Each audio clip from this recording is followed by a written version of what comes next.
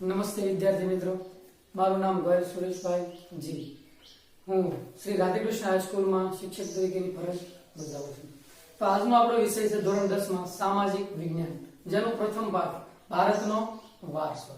ભારત છે એ પ્રાચીન સંસ્કૃતિ ધરાવતો દેશ છે.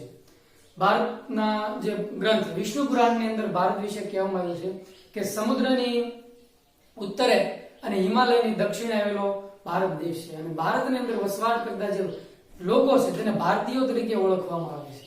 અને ભારતમાં કોઈ પણ કાર્ય હોય, શુભ કાર્ય સમય લેવાતા સંકલ્પમાં ભારતને ભારતખંડ, ભારતવર્ષ, જંબુદ્વીપ આવા નામોથી ઓળખવામાં આવે છે. અને પ્રાચીન સંસ્કૃતિથી ભારત છે વિશ્વના દેશો સાથે વેપાર સંબંધોથી જોડાયેલું છે.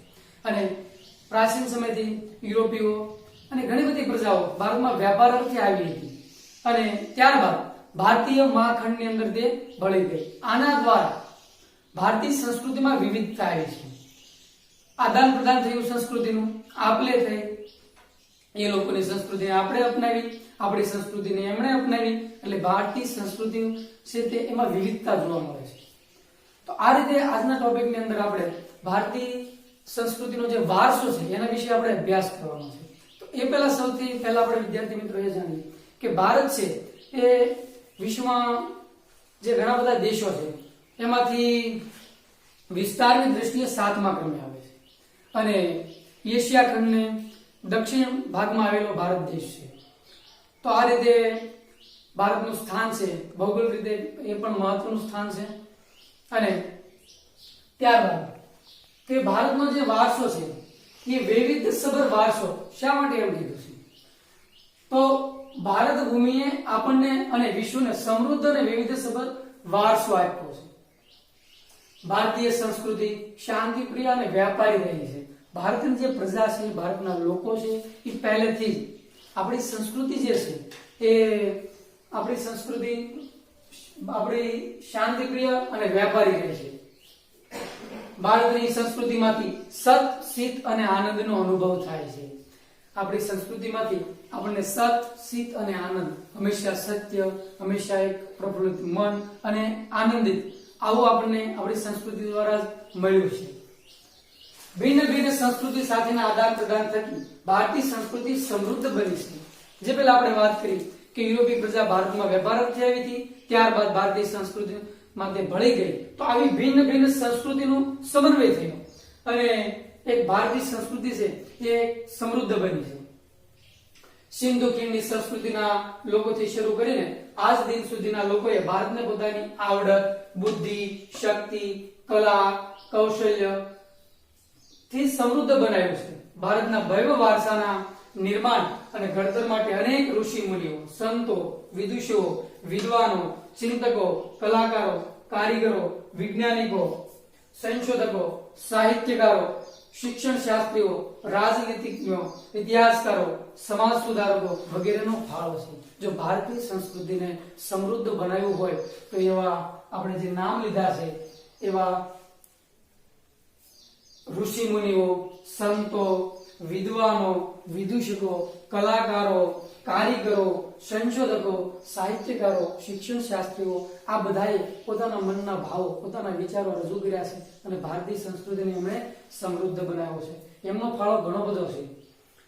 તેમના ધર્મ, શાસન શૈલી, ભાષા, કલા, ચિત્ર, બોલી, પહેરવેશ, રીત રિવાજો વગેરે પણ ભારતને મળ્યા છે. તો આ રીતે ભારતમાં ભાતીગળ સંસ્કૃતિનું નિર્માણ થયું છે. આ બધાના મહેનત, આ બધાનો પરિશ્રમ, એમના વિચારો, એમના ટેવો, આ બધું જ ભેગું થાય અને ભારતીય સંસ્કૃતિ છે એ ભાતીગળ સંસ્કૃતિ તરીકેનું નિર્માણ થયું છે. જે રીતે ભાતીગળ સંસ્કૃતિનું નિર્માણ થયું છે તો હવે સૌથી પહેલા તો આપણે એ જોવું જોઈએ કે સંસ્કૃતિ એટલે શું?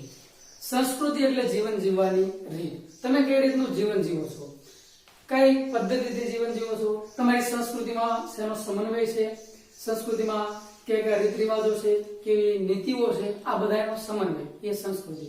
તો સંસ્કૃતિ એટલે જીવન જીવવાની રીત.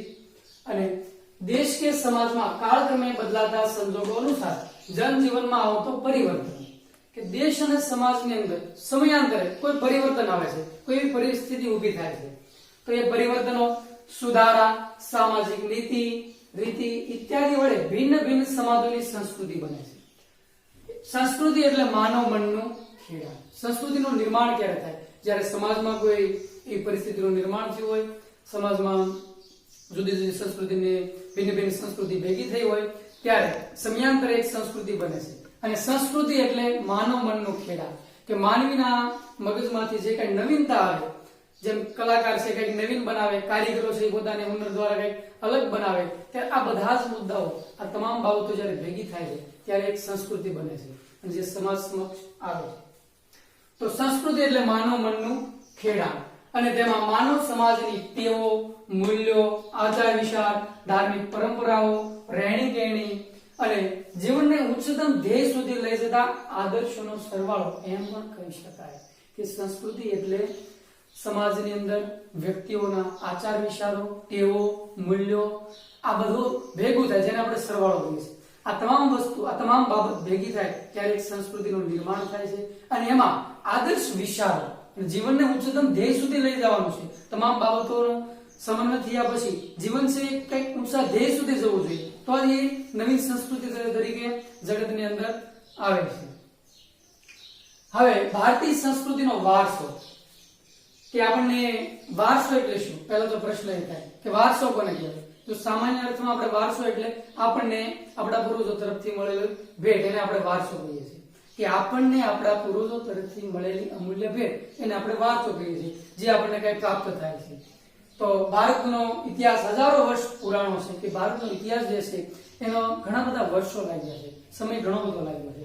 તો આ સમૃદ્ધ વારસો એટલે ભારતનું સમગ્ર વિશ્વને પૂર્ણ માનવ જીવનના રહસ્યોનું પ્રદાન એમ પણ કહી શકાય. તો પહેલા આપણે એ જોયું કે વારસો એટલે આપણને આપણા પૂર્વજો તરફથી મળેલી અમૂલ્ય કોઈ કિંમતી વસ્તુ છે, કોઈ એવી વસ્તુ આપણને ભેટ મળે છે, એ વારસા તરીકે આપણે ગણી શકીએ.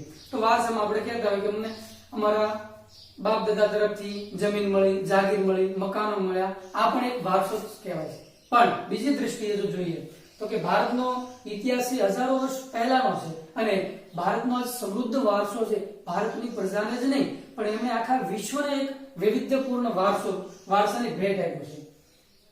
તો ભારતના આ વારસાને બે વિભાગમાં વહેંચવામાં આવે છે, કે ભારતનો જે વારસો છે એના બે વિભાગ પાડ્યા છે, એક પ્રાકૃતિક વારસો અને બીજો છે તે સાંસ્કૃતિક વારસો. હવે જોઈએ ભારતનો પ્રાકૃતિક વારસો. પ્રકૃતિ, પર્યાવરણ અને માનવ જીવન વચ્ચેના નિકટતમ સંબંધોનું પરિણામ એટલે પ્રાકૃતિક વારસો. પ્રાકૃતિક વારસો કોને કહીશું?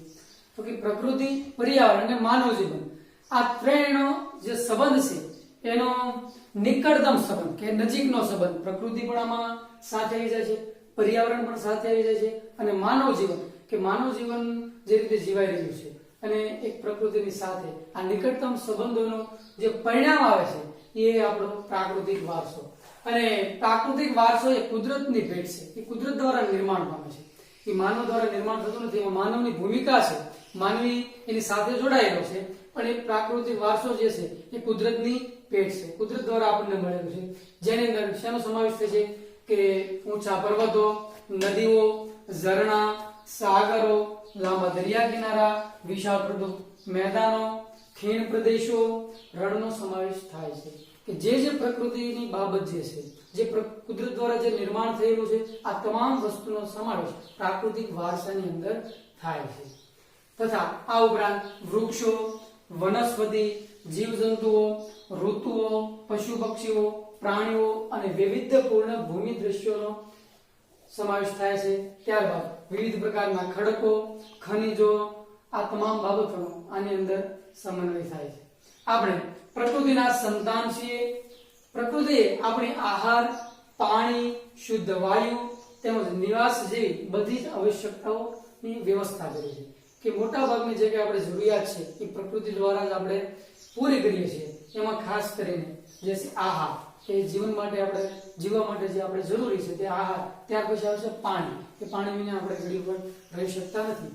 પછી શુદ્ધ હવા, જે શુદ્ધ હવા આપણને જે હાલમાં મળી રહી છે અને જે આપણે જેના વગર એક ઘડી પણ ના ટકી શકીએ એવી શુદ્ધ હવા પણ આપણને પ્રકૃતિમાંથી જ પ્રાપ્ત થાય છે. તો પ્રાકૃતિક વારસામાં આ તમામ બાબતોનો સમાવેશ થશે. પ્રકૃતિ સાથેનો આપણો વ્યવહાર શ્રદ્ધાપૂર્વકનો હોવાના ઉદાહરણો પંચતંત્રની અને બૌદ્ધની જાતક કથાઓમાંથી આપણને જોવા મળે છે કે પ્રકૃતિ સાથે આપણો વર્ષો પૂર્વેનો જે સંબંધ છે એના ઉદાહરણો આપણને ક્યાંથી પ્રાપ્ત થાય છે, ક્યાં એ જોવા મળે છે? તો એમાં આપણનો પંચતંત્રની જે વાર્તાઓ છે, બૌદ્ધ ધર્મની જે જાતક કથાઓ છે, એમાંથી આપણને એના વિશેની માહિતી મળે છે. આ ઉપરાંત આપણા લોક સંગીત અને શાસ્ત્રીય સંગીતમાં પણ ઋતુઓ અને પ્રકૃતિ સાથેનો સંબંધ આપણો જોવા મળે છે.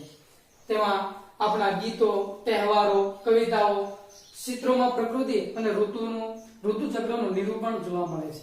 કે આપણે જે કાંઈ કરીએ છીએ, જે નવીન કરીએ છીએ, કે કોઈ ચિત્રકાર હોય સુંદર ચિત્ર દોરે તો એમાં પ્રકૃતિનું સારું મજાનું એ આલેખન કરતો હોય છે, સુંદર મજાના પર્વતોનું નિર્માણ એમાં બતાવે છે, તો પછી નદીઓ બતાવે છે.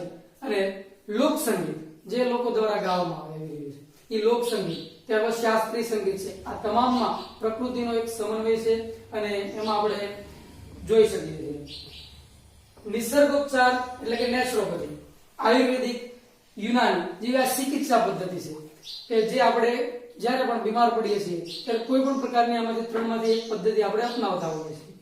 તો નિસર્ગોપચાર એટલે કે નેચરોપેથી છે એ ડોક્ટરી લાઈનની, એમાં આપણે દવા લેતા હોઈએ છીએ. ત્યારબાદ આયુર્વેદિક કે કોઈ ટીકડીયું નહીં પીવા, આયુર્વેદ ઉપર જે આધાર રાખીએ છીએ તે આયુર્વેદ.